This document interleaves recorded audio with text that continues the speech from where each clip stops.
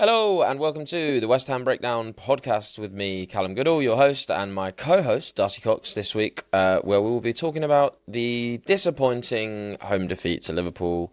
Disappointing in so many ways. Obviously, we lost, which in itself is disappointing, and we'll get into some of the other reasons that disappointment was really painful on Sunday. I was down there as well, and I will say, right at the top of the pod, whilst it was a disappointing scoreline, it was a really pleasing day out when you take away the result, because all of the Billy Bond stuff made for a really nice atmosphere.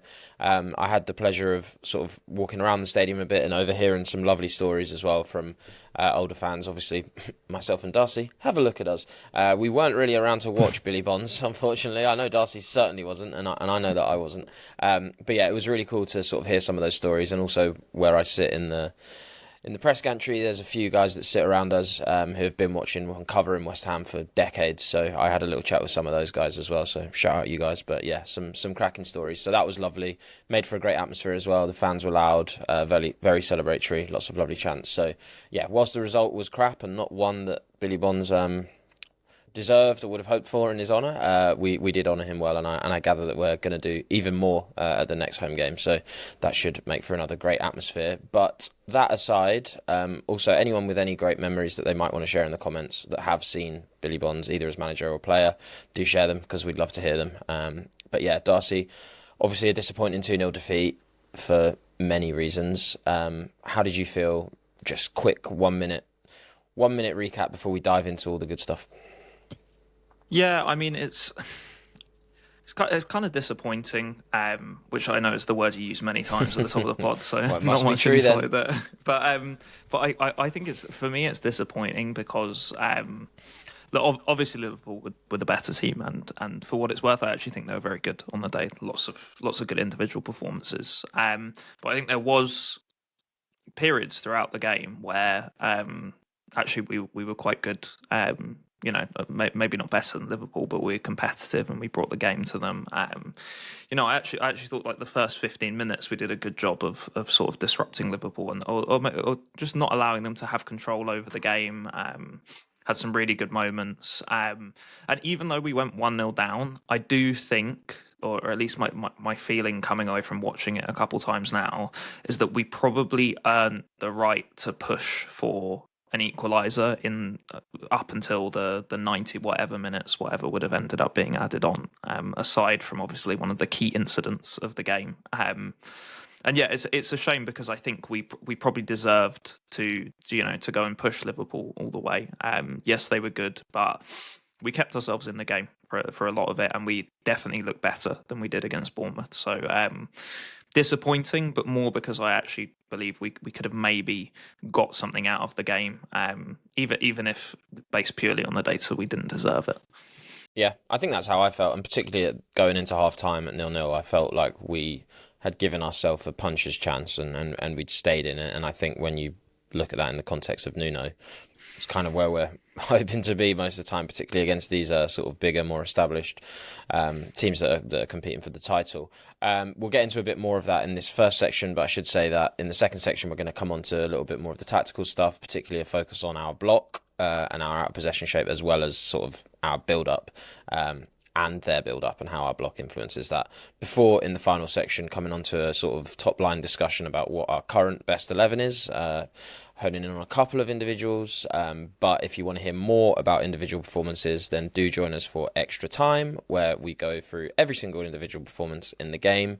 And we'll also, this week, be chatting a very little bit about January and sort of throwing a couple names into the hat that we might consider once we've identified what those key positions are heading into that. Because I think one of my main takeaways coming out of this game was that we are sort of hamstrung at the minute by a real lack of depth. I think the attack was obviously not particularly dynamic, obviously largely in part because of the absence of Somerville, but that in itself is an issue. Obviously Bowen's not firing either, Paquetá unreliable, Fernandes not a left winger, and I think we see that he comes into the middle and does much better. He's great all game, but yeah, just a little teaser of what's to come up. I guess, yeah, general thoughts for me. whether, as you've said, the first half, I felt we were solid. I don't think we were particularly troublesome. I don't think we created loads. There's lots of sort of half chances. There was balls that went into the box that don't actually tally any XG onto our XG total. But watching the game live, there were moments where we got into the final third and I was like, oh, if only that final ball had been slightly more accurate. There were a few crosses from both Diouf and Wan-Bissaka that kind of just went to a Liverpool centre-back, but the actual build-up itself was really promising. So definitely some stuff to grasp onto there. My main promising takeaway, though, and sort of this came right from the first half, was that this might be the best centre-back performance we've seen so far under Nuno as a duo. Obviously been a real issue recently, and seeing Mavropanos back in the side feels like a huge step in the right direction. Obviously not wanting to go too much on the individual performances themselves, but just as a partnership, this felt like the closest I have felt to comfort. Obviously caveating that I did not necessarily feel 100% comfortable, but just somewhat more comfy.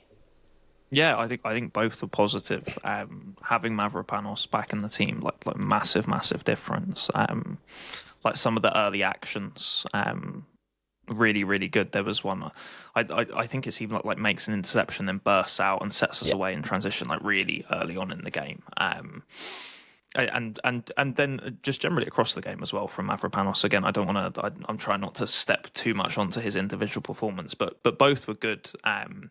There's a moment in the game as well where not Mavropanos, but I think Todibo sort of like helps us construct maybe like our best attack of the game. It's in the first 15 minutes where he stays really nice and composed. I think we just win the ball back through Todibo. Actually, the ball ends up with Areola, and we keep the ball for quite a few passes, pop it around. We try to progress up the left hand side, and Diouf actually for all of the times that he is uncomposed throughout this game is able to sort of maintain a little bit of composure, plays it back into Todibo, who then carries forward and is able to find Fernandes, and he sprays it out to Wan-Bissaka. And I think that's ends up being one of the situations you were talking about where we get a really good ball into the box, and this one is like weighted towards the front post, and it's just a little bit too high for Lucas Paquetá. And at that moment, I was like, wow, that was fluid. That really worked. And all it came from really was the fact that, or what allowed it to happen and what platformed it was the fact that Todibo and Diouf as well, but mainly Todibo was able to be so composed. And I wonder if that level of composure is, for a lot of our centre-backs, for Kilman as well, comes when they're paired with Mavropanos, because they know they can rely on him to do a little bit more of the sort of aggressive front-footed defending and be a little bit more reliable and robust in that way. Yeah, and I think that was the other part I wanted to highlight, and I'm glad that you've given it to me because it is Mavropanos, was that I sort of had it down as a tone-setting moment. I think it was in the first few minutes where, in the preview, and again, I don't think I actually gave the plug for extra time, but if you do want to join us for individual performances or for the preview, which you'll have two of this week because we play Manchester United and Brighton, you can do that at patreon.com/analyticsunited. You do get a 7-month free trial. This week probably is a good one to do it because extra time, we're going to talk some January bits. You're going to get 2 preview shows, all the other goodness that comes with that. So yeah, if you were going to cash it in, this could be the moment to do it. But yeah, on the preview for the Liverpool game, we said that we would need our centre-backs to be particularly aggressive on Alexander Isak, because Isak is a striker who likes to drop and sort of get into that sort of more number 10 space, or where the wingers might tend to drift into those half spaces. And I thought straight from the off, Mavropanos did a brilliant job of just stepping up and coming in from behind, contesting every single ball that Isak wanted into feet. And at half-time, the people around me were sort of saying you wouldn't even know that Isak was on the pitch. Such was his lack of influence. Obviously, he does go on to score, and to be fair, he could have scored in the first half were it not for an Areola save where he made himself massive and got a hand to it. But generally, I think Mavropanos did a really good job of being that more front-footed, aggressive centre-back, which I think, as you say, plays into Todibo's strengths because he's much more passive, I would say. But by not having to do that, he can focus more on his on-ball game, which I thought was really good. And there was another moment later on in the game where I think Todibo sort of just almost like a volley, like just pinged the ball straight, flat, raked across the floor that sort of instigated another bit of progression into the final third. So yeah, promising from them two as a partnership, and I expect that we'll probably see it going ahead, because I don't think either of them were at fault for much in this game at all. Obviously, you do still get one moment where I think Mavropanos is on his knees and heads the ball into the on the floor, because he's stepped out too aggressively in possession, but does just about make up for it. And Liverpool don't manage to capitalise on the opportunity that he did gift them.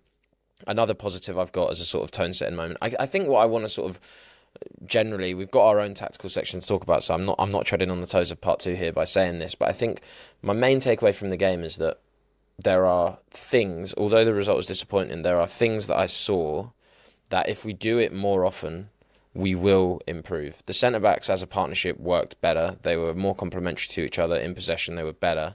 Another one that you've sort of picked up on when you were talking about that chance that Wan-Bissaka got in the final third that Todibo was involved in, a crucial part to that. And again, this links back to the preview, because we said we want to be direct, we want to be transitional, but we will not have success by trying to be direct through long balls, because Van Dijk and Konate will just lap that up against Wilson.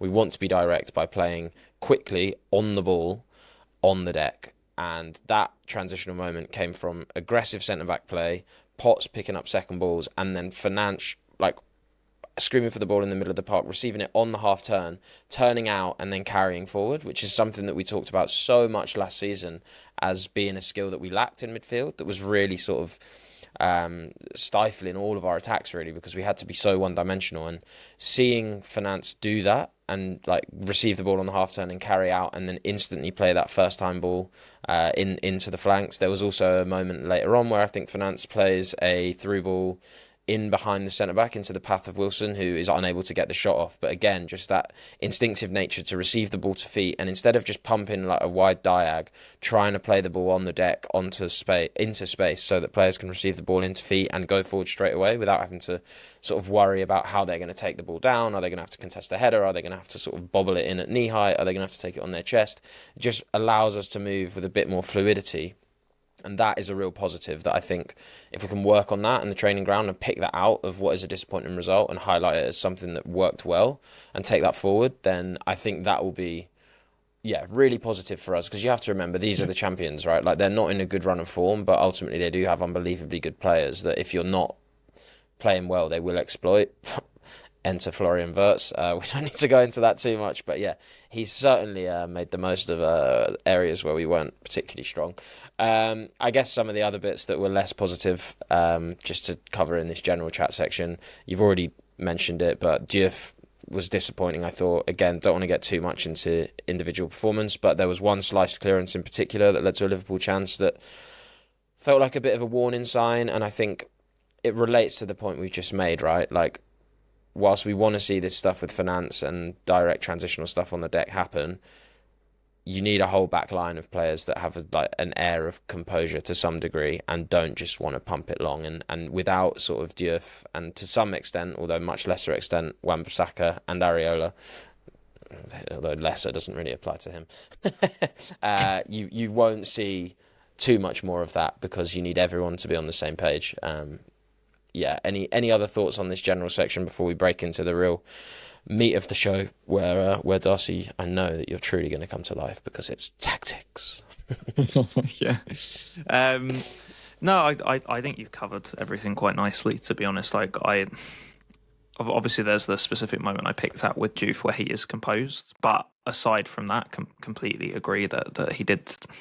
There's a lot of times where, again, I don't want to go too much into his individual performance, but I think there's a lot of times where he doesn't have to whip the ball down the line, and that makes us suffer in terms of control. And we saw that I wanted to find a way to shoehorn this specific stat in, or this takeout from the game. Between minute 15 and minute 40, we only had 25.9% of the ball. That was our lowest possession period across the whole game. And I think a lot of it comes from that. And when we weren't doing that and we were able to settle on the ball, things actually were a little bit more positive. And we didn't see a repetition of the same issues that we saw against Bournemouth so drastically in this game, because that didn't take up the whole of the game. But it definitely was a key feature in moments where we struggled for control and were under the cosh. Yeah, that makes sense. I think anyone that wants to hear more about Fernandes, come to Extra Time. Also, anyone that's listened to the pod for a long time will be wondering, Cal, why have you not talked about Luis Guillem yet? Well, that will also be on Extra Time, and yeah, we'll talk about him. He was bright, right? He was bright. I enjoyed it. But yeah, we'll chat about that there. Before we do finish this section, it would be remiss of me not to ask you, to give us a quick rundown of the goals, I guess, because Liverpool did score 2 of them, and we haven't mentioned them yet. And there's a big moment in the second half that kind of sits in the middle of those 2 goals, I think, and certainly contributes to us conceding the second, which I guess we can have some chat about, because one player in particular did get a red card, and boy oh boy has it caused discourse on the timeline. Yeah. I mean, the Isak goal is a little, it's a little disappointing, right? Because we deal with the initial situation and manage to get the ball out for a throw. Like to be honest, I think the situation prior to us actually conceding the goal was more dangerous, and it's a really good intervention from Mavropanos to stop that becoming anything. But then, again, we're able to deal with the long throw as well, and just I don't think that the reaction in second phase, which was kind of the issue earlier in the season when it came to set pieces, was too bad either. Like, players did get out. Really, I think what happens is Magassa has a slight lapse in concentration, and Gakpo is able to. Essentially, I think he forgets about him for a second, and Liverpool take advantage of that second when Magassa steps forward, and then it is a really dangerous situation. And really, what happens is good movement from Alexander Isak, even if he didn't have a good game overall. Where as the backline drop off, he just moves the opposite way. And that finish, I think, is quite underrated as well. To squeeze it in that near post, it's really good. Second goal. There's a bit of a mistake from Mavropanos in there, although I feel a little bit not that it's pointless to analyse it, but I don't want to spend too much time on it, because I think that really when you go down to 10 men, a lot of the time you are in these last ditch defending situations where you've got players just looking to get their body in the way in any single way. So things can happen. Obviously, the red card. Sure. I feel like I'm going to tee you up to talk us through this, because I don't know, I'm a bit parched. I don't know if I want to say the first words. You don't want to catch that smoke. That's all right. I'll take it. No, it was. Yeah, I mean, I don't want to go too much into it, because so much has been said about it already by West Ham fans, by West Ham content creators, by podcasts, by anyone in football, really, because everyone's seen it, whether you're a West Ham fan or not, and everyone has an opinion.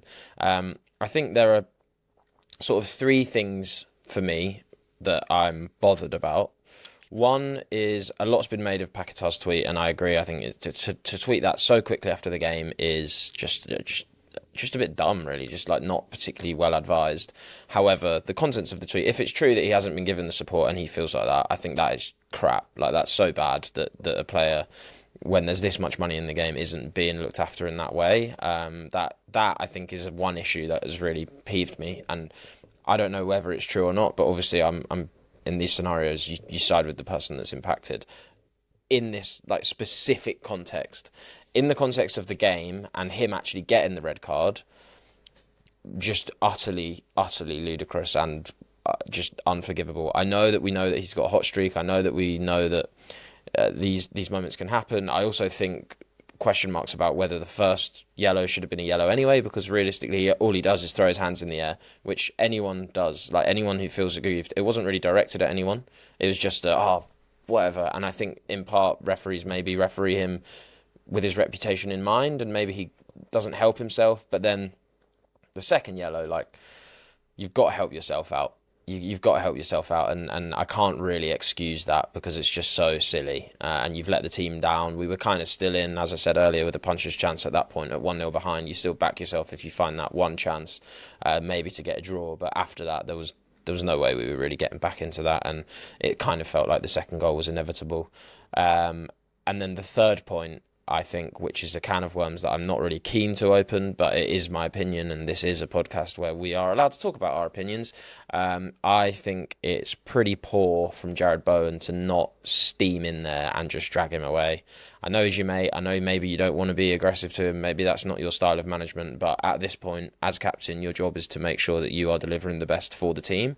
And if there is a risk that your team will become 10 players instead of 11 in a few moments' time, I don't care if you're being aggressive or you don't want to come across in a certain way. You just drag him away and then you explain after the game that it was for the benefit of him. He will understand that. You need to act with way more sort of an assertive approach, and the fact that Alisson and Van Dijk are more involved in preventing Paquetá from getting a red card than our own captain is worrying to me, and that is all I will say on it, because there are other podcasts that you can go to if you want to hear someone scream about that in a much more profane language, I would assume.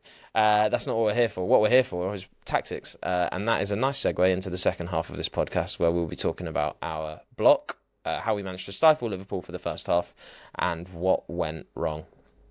Okay, tactics, as promised. Why most of you are here. Our specialism. Actually, it's Jack's specialism, and he's not here because he's got a knee brace on and he can't move or sit at a desk. But yes, tactics.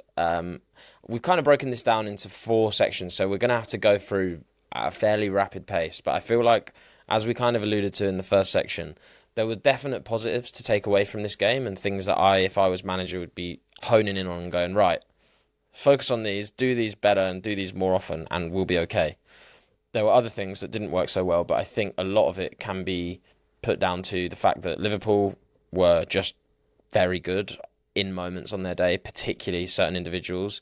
Kerkez was great, Szoboszlai was great, Florian Wirtz was one of the best players I've seen at the London Stadium this season.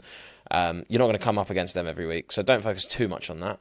And then other bits were personnel-based for us. I think there's question marks about maybe some of the issues we saw. Could you just fix them by taking certain individuals out of the lineup and putting someone else in there to do the job? Anyway, do you want to start with out of possession or in possession, Darcy? Oh, lucky me. It's like being at the sweet shop. There's positives and negatives for both as well, so we've got a real lucky dip today. I think let's go out of possession first. Let's go out of possession and then we'll go in possession. Perfect, that sounds good. Well, I'll do the easy bit and just say that I thought, from an out of possession point of view, for large portions of the game, I thought we did what we set out to do relatively well. I think we executed a nice, narrow, compact block that's, at least in the first half, limited Liverpool's access into central areas, which is kind of what we wanted to do. Wirtz, being Wirtz, obviously was able to manipulate that sometimes. He was dropping in, getting into the half spaces and moving around and asking questions of our midfielders in terms of who was meant to follow him. But I think that kind of comes with the territory when you've got a player with the ability of Wirtz. It's always going to be difficult. But by and large, I thought the block did its job of making the game difficult. We limited them in the first half to a few half chances here and there, one good save from Areola. It felt like that's how we wanted to set up, and that's how we're likely to set up moving forward, and a good test against a good side. I went into half-time feeling fairly comfortable, not confident, because I don't think we were necessarily in the ascendancy, but I could see how this had long-term chops, whereas I think under Potter and even Lopetegui previously, the chopping and changing between systems regularly from an in-possession and out-possession point of view, oftentimes by half-time I'd be like, oh, another shape, okay. So is this what we're going to do long-term, or are we going to change again? Whereas this felt like, against most opposition, we'll just bust this out, it'll get better week on week, and for that reason, particularly in the context of improved centre-back and goalkeeper performances, which are fundamental to this shape succeeding, because you're kind of asking a lot of them by funneling the opposition out wide and defending the box, and they did a good job of that, which again is something that consistently we did not see under previous managers. All of that is to say that whilst it was positive, there were some considerable issues from an out of possession point of view, one of which we did talk about on the preview pod. And in some ways, it's good because we picked it up, and that is good. But also, in other ways, it didn't work because it's actually something that we wanted to do ourselves. But I think that's more down to the individual execution of said tactical approach. Yeah, it's and what Cal is referring to is we spoke on the preview quite a lot about Ryan Gravenberch and his ability to carry the ball from deep. And I think what we ended up proposing was essentially we're just going to have our number 10 go man to man on him and kind of like kill all access. Obviously, with the way that we set up, which I don't know if talking about the shape is exactly useful, but really what we set up to do was when Liverpool were at their deepest in build-up, which wasn't always like near their goalkeeper, it was sometimes further forward than that. We basically had a front two that was made up of Callum Wilson and someone. Sometimes that was our number 10, sometimes that was Bowen. But what it also meant, and there's knock-on implications from Liverpool's shape, they obviously went one of the big sort of tactical stories pre-game or structural stories pre-game was that Dominic Szoboszlai was playing right wing. So he was playing in the Salah spot. What that meant is that naturally, a lot of the time Liverpool were going to create a four in midfield. They were going to create the box midfield that at one time we would talk about every single week. So that means from a 4-4-2 setup, or really our shape, let's just go with 4-2-3-1, let's say, even though defensively it was more of a 4-4-2 at times. We were outnumbered in midfield. Our deepest players had to deal with the attacking midfielders, Dominic Szoboszlai and Florian Wirtz, and then the way that we kind of tried to handle that overload was having Callum Wilson, who was left side of the front two, and either Bowen or Paquetá being on the right side, have sort of like dual roles basically. So they needed to try and press the centre backs when the centre backs had the ball, but they had to also think about their cover shadow the whole time, because what their primary role was don't let the ball get into the double pivot of Ryan Gravenberch and Alexis McAllister.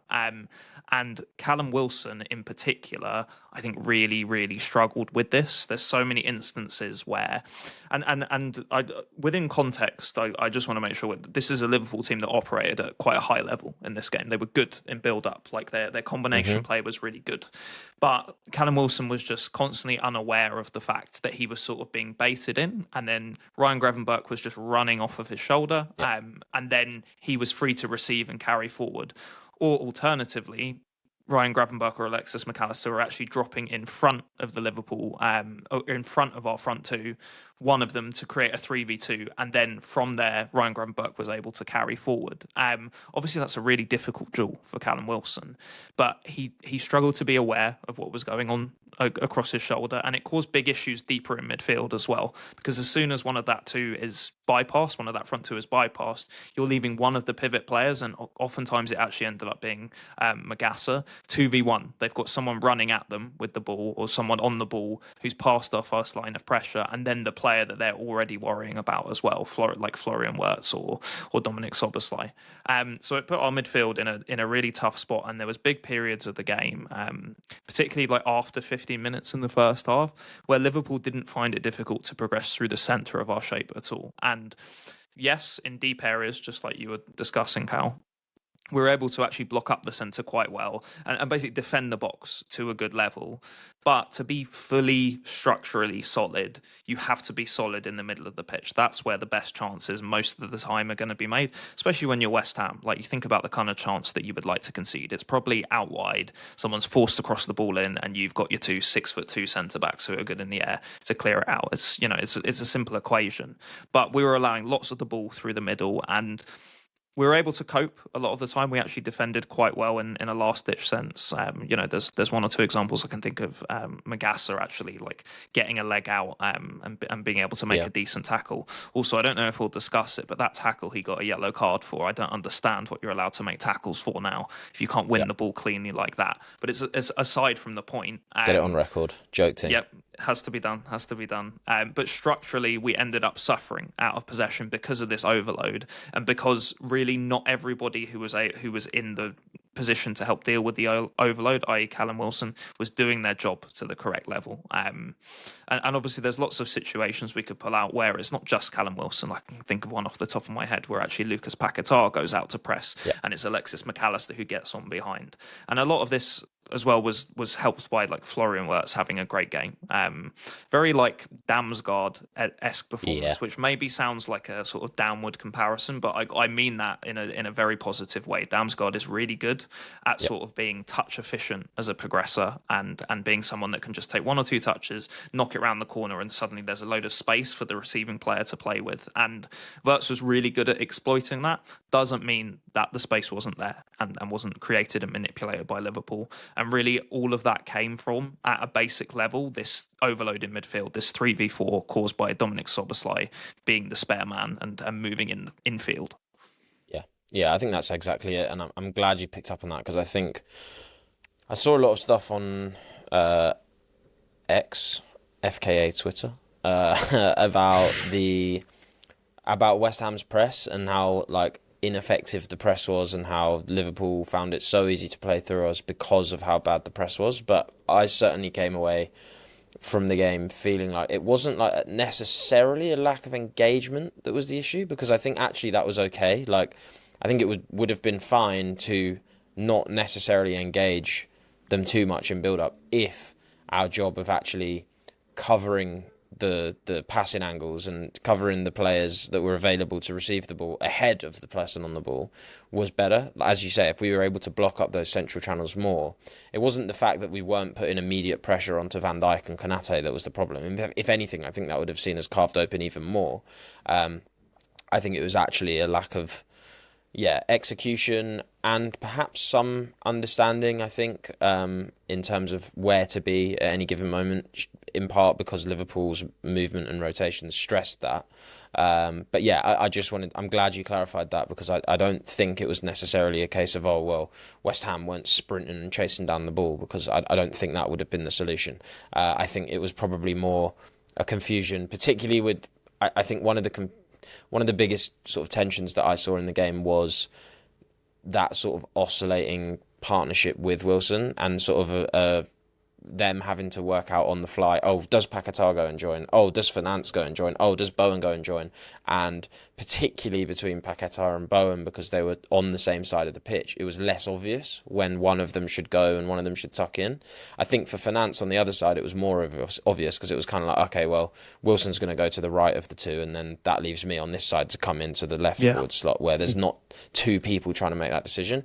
And I think that left us sort of exposed at times, because in different ways as well. It left us whichever one went up out of Bowen or Paquetá led to different things. So when Paquetá went up, oftentimes we'd be cut through centrally, or that's when more of that happened. But when Bowen went up, the spare man ended up being Kerkez. And on the day, I thought Liverpool was so good at identifying, okay, this is the situation. I'm literally just going to smash the ball out to Kerkez, and he's going to be free to gain yards. And I feel like maybe Kerkez comes away seemingly having had quite a positive performance. I think we gave him a lot of that. 100%. I think if we had a better solution, then I don't think he would have had the impact that he had on the game. But also, you can't have your cake and eat it, right? If you want, I think really fundamentally it comes from, we're asking our centre forwards or our front two in the press to do two roles at the same time. We want you to cover this person and then also press out forwards. Usually when you're asking centre forwards to press out in front of them, you have supporting jumps, but our two in midfield couldn't jump because they had Szoboszlai and Florian Wirtz to deal with. So as much as people might be talking about, the press was really bad, they badly executed it, blah blah blah, and there were poor performances. I think also just you can't do everything at once, particularly when you're at the stage we are out of possession and we know what we know about our ability to press. So everything needs to be measured as well, and measured within the context that actually I don't think any of the Liverpool players didn't deliver something that's above a 7.5 out of 10. They're all really good. Yeah, I agree. And it means that there definitely were moments in that game where there was one moment in particular, because I think Liverpool did a great job of dropping between a sort of two-back build-up where it would just be Van Dijk and Konate, and both Gomez and Kerkez were kind of pushed up. And then other times, which I found confusing, because in my head I'm like, okay, Gomez should drop into the right of Konate, that should be the three, and then push Kerkez up. But actually it was often Kerkez that was dropping in. And I think now with the benefit of hindsight, it is that reason, right? It's actually, whilst it probably makes more sense for Gomez to be deeper, by having Kirkes drop in, he's asking so many questions of Bowen, but also has the pace to then just spring out and catch Bowen unawares and exploit that. It's kind of like baking in a weakness to then become a strength. Yeah. But it did had mean... to be Gomez as well, didn't it, though? Because Szoboszlai comes in off of the right. I think if it was up to Slot, he probably would have had it the other way round. Which is why I actually think maybe one of the solutions would have been, well, if Szoboszlai is coming in and you have Gomez going up and high. Yeah, Gomez is a good player, but he's not like he's not Trent. Put it that way. So do you just trust the left winger to be able to deal with Gomez, and you just go to Juve? Okay, you're going to follow Szoboszlai into the middle of the pitch, and then we can have a supportive jumper in midfield. Not saying that would have worked, and it would have brought its own issues, but it's a different way to look at it as a potential solution. Because I agree with what you were saying at the top of this. I think there was enough positive to say we can probably just keep trying to do this type of thing and get the players comfortable in this type of thing. But we are going to come up against box midfields in this again. So having certain plans about how we deal with this, I think, is important. It's also something we've seen Nuno play with before he moved to West Ham when he was still at Forest. He was having Ola Aina come inside and follow an inverting player into the box midfield, basically.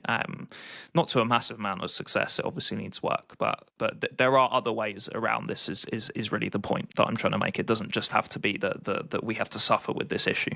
Yeah, no, 100%. There's many other ways. I think equally you could have just gone right. All right, one of Potts or Finance just follow Szoboszlai.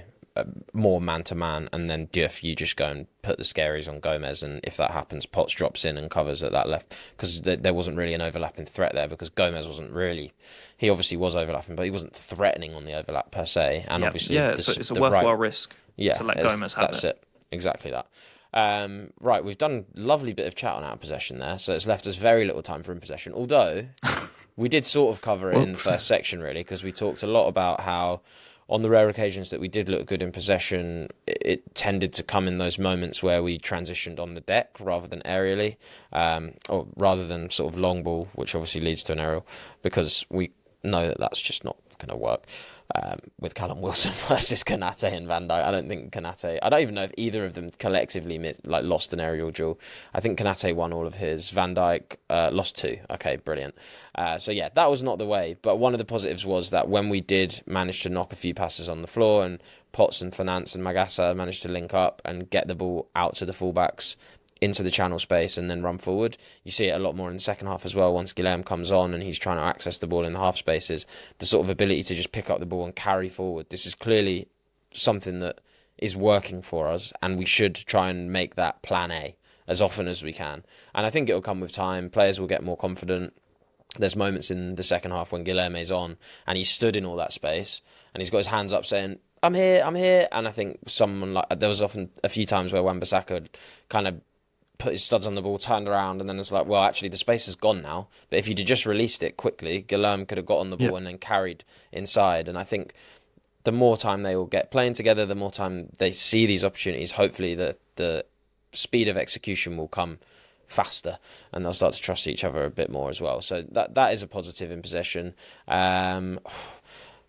What else? I mean, Finance we'll talk about on extra time, and I thought we accessed the wing backs well. It was just that the wing backs delivery in the final third was not up to scratch on this day. Diouf in particular, what were those crosses, really, bro?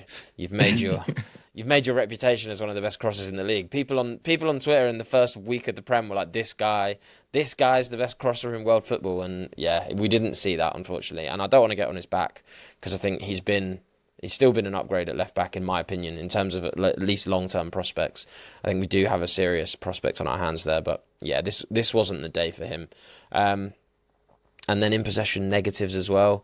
We've already talked about the lack of composure in deep areas and the knock-on implications that this has in our ability to actually do what we just talked about with any consistency, because if you don't have the composure to play the ball into the middle of the park before it then goes out wide, you're going to just end up hitting channel balls that, when you don't have an aerial striker that can contest it, you're never going to get into a second ball duel anyway, because Van Dijk's just going to nod it down to his fullback.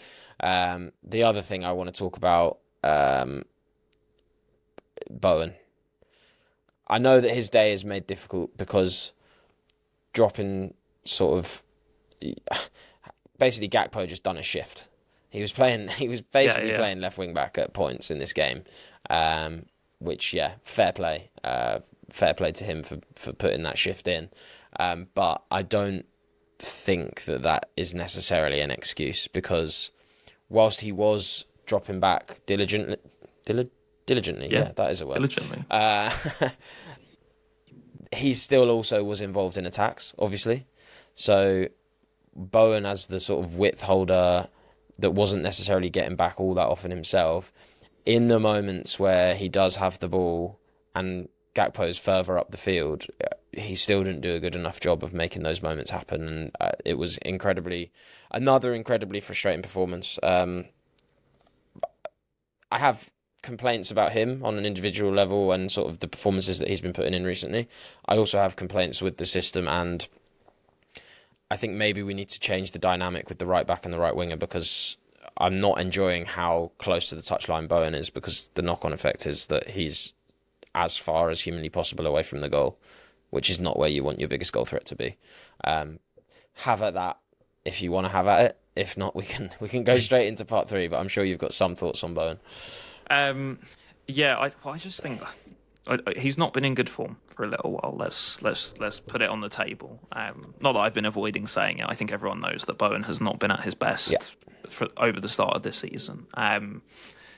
But also it's very obvious in this game, but it's been obvious across the whole season that we lack a direct threat at centre forward, and then in this game specifically, we lack a direct threat at left wing, and maybe more broadly as well. I know Somerville does some really good carrying, but he's not exactly his hold up of the ball and his ability to like ride challenges is not always the best. He is a bit more diminutive, and that has knock on effects on Jarrod Bowen. And his ability to be productive in counter-attacks. In this game, what we see is that actually Virgil van Dijk is, because as much as Callum Wilson is good in the box, they're not worried, the centre-backs, about he doesn't have the gravity of let's say, like Mikel Antonio quite a few years ago. He doesn't demand the same level of attention. Exactly. Van Dijk is more than happy to leave Konate to be against him 1v1. And that means that Van Dijk can go and help out Kerkez with Bowen, and that reduces for us the level at which Bowen can operate at, because he's now outnumbered 2v1. And obviously that's massively exaggerated in Liverpool when it's Van Dijk who's backing him up. But in general, this problem is repeating, right? We're seeing Bowen basically outnumbered, and it's becoming even more difficult, the situations that he gets into to do something productive from that. So I think we'd definitely benefit from a centre-back or a centre-forward that demands more attention from centre-backs, just like you put it. And then also, a left winger that we can, and maybe Somerville can be this. I actually do have confidence that Somerville can be this. But someone that attracts attention on the left-hand side as well, right? That we can play to, that therefore then draws attention away from, or creates space for Bowen to be on the underloaded side, and then we can look to access that in better situations for Bowen. So I agree. Bowen is definitely not at his best, but I think there's overarching issues for that as well as just his own personal form. Yeah, I agree. Okay, we'll take a brief pause there and then come back for a little chat in part 3 about depth. Okay, so depth. You kind of led me into a nice one there at the end, talking about Somerville and Bowen, and that highlights kind of this whole issue, right? I've left the game feeling like I had question marks again, which is annoying because I thought I'd landed on what my best 11 was, and I left with question marks about what my best 11 is again, is what I'm trying to say.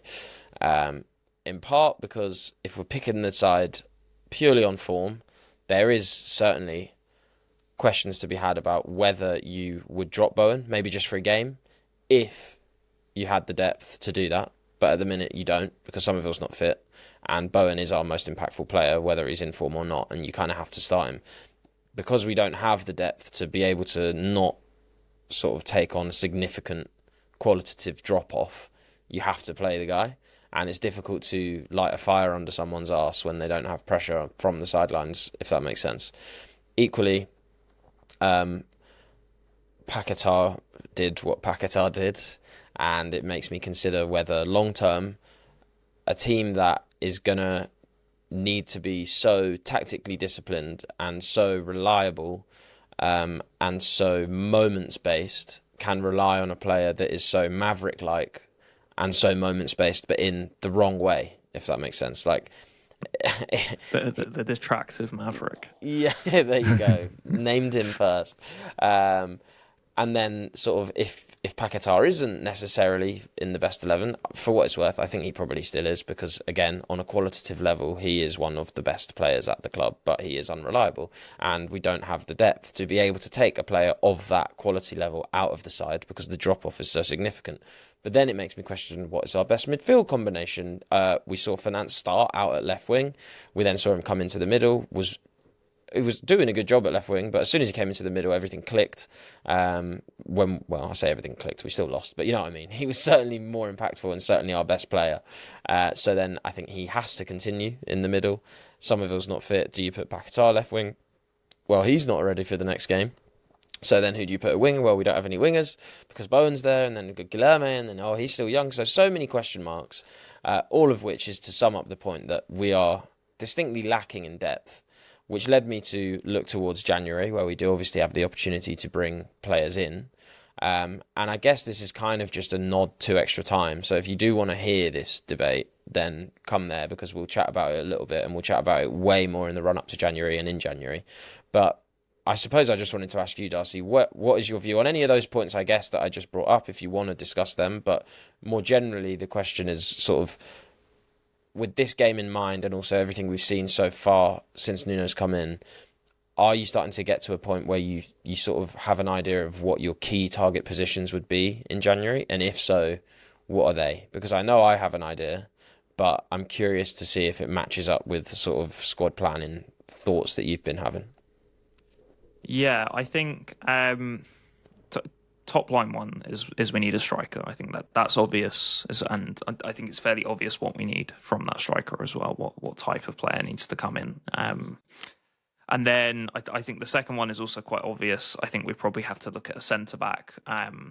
Yes, Todibo has been a bit better.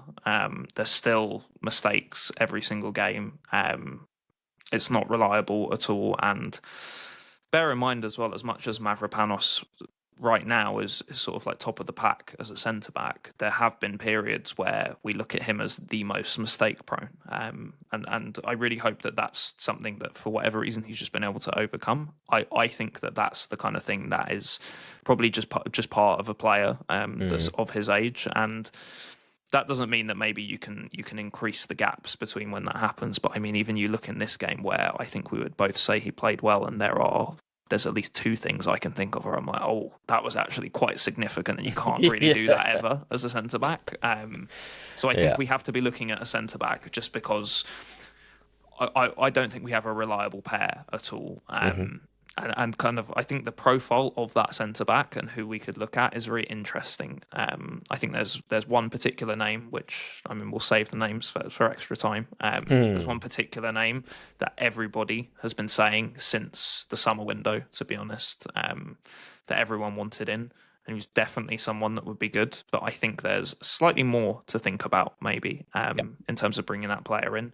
And then the third one probably is a winger with the competition that you've been talking about, because even with our wingers fit, and I want to talk about like traditional wingers here as well. Lucas Paquetá can be good on the wing, not a traditional winger.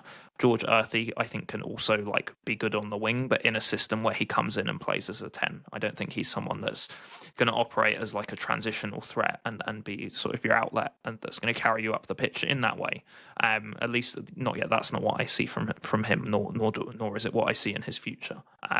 Therefore, we have three players for both winger slots, to cover both slots. Sorry, we've got three players in total. We've got Somerville, Bowen, and Lewis Guilherme. So I think if we can stretch to it, that would be good. I don't know whether that's realistic. It certainly would be on my list for sure. Yeah, that tallies up. I must admit, centre back was my priority, and I know this is like literally one game, but I actually came away thinking there's so much work to do. I don't know how much money's available. We've got Igor on loan. We've got Mavro and Todibo. We've still got Kilman, who with a few games out maybe comes back in and does better. can I get to the end of the season without spending money on the centre-backs? Because the thing is, for me, I think I would bring in a new centre-back immediately, because I think there's no question in my mind that we can go and find a centre-back who is a better fit and a probably higher quality starter than what we've got. But I think you then end up with loads of centre-backs on your hands, all of whom are on quite significant amounts of money, and all of whom had quite significant amounts of money spent on them, bar Eagle, who's on loan. So really what is like, maybe you terminate the loan and then go and spend on a centre-back, but then you've got at least one, probably two £40 million plus centre-backs sat on the bench, earning however many tens of thousands. So I wonder if that's a little bit too much work to do in January, but also it's so important. Striker, I think, for me is the priority, because at the minute it all comes down to that. I think we can't contest aerially, and we try and play long so often. And even though we can't contest aerially, we still are trying to do that. So you just need to go and find someone who can contest those duels with just a higher level, really. Like, I don't even necessarily need him to win them all the time. I just need centre-backs to be slightly more concerned by him.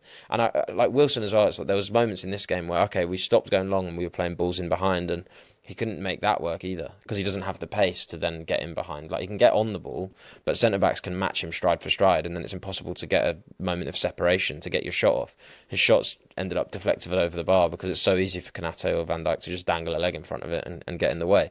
So, yeah, I think a striker, as well as Wilson's done in recent weeks, is just not sustainable going forward, because just way too much in and out of possession that it leads to. Again, as we saw, so easy for Liverpool players to get away from him when they're in build-up as well, because he can't track them or keep up with them. So that, would be a big one. Winger, I agree. I think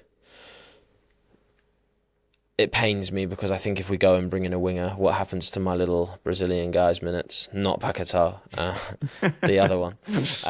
Because realistically, they're probably going to come in higher up the pecking order. I guess it depends. It depends what we see from him, which I guess is probably something to talk about more in ET, because I think there's been some interesting stuff over the past two games. It's not all doom or gloom for Guilherme. I think he's been quite good. I hope you agree. 100% agree. I 100% agree. I just worry that maybe no one else does. And if you're spending on a winger, automatically they're going to be like, well, you just spent money on me. Why would I come if you're not going to play me?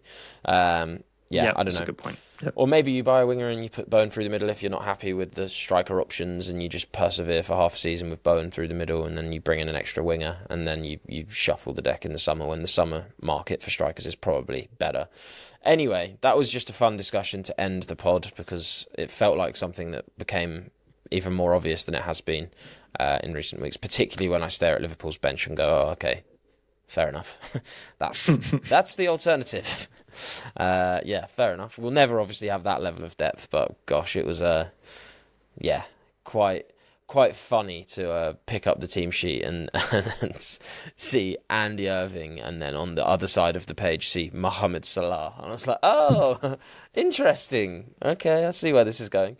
But yeah, join us on Extra Time, where we'll chuck some names towards those positions. Obviously, we're going to do a lot more in-depth transfer stuff, but it's a fun chat, because I know that I've certainly got some names that I've been looking at, and I know that Darcy will have the same as well. So yeah, if you want to hear what those names are, come and join us, and we'll also discuss Luis Guilherme in more depth, as well as every other player that featured in this game and what we thought of their performance. Thanks everyone for sticking around.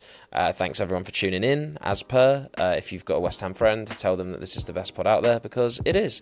And I'm allowed to say that because I spend way too much time doing it. Thanks everyone. We'll see you all soon. Until then, come on, you Irons.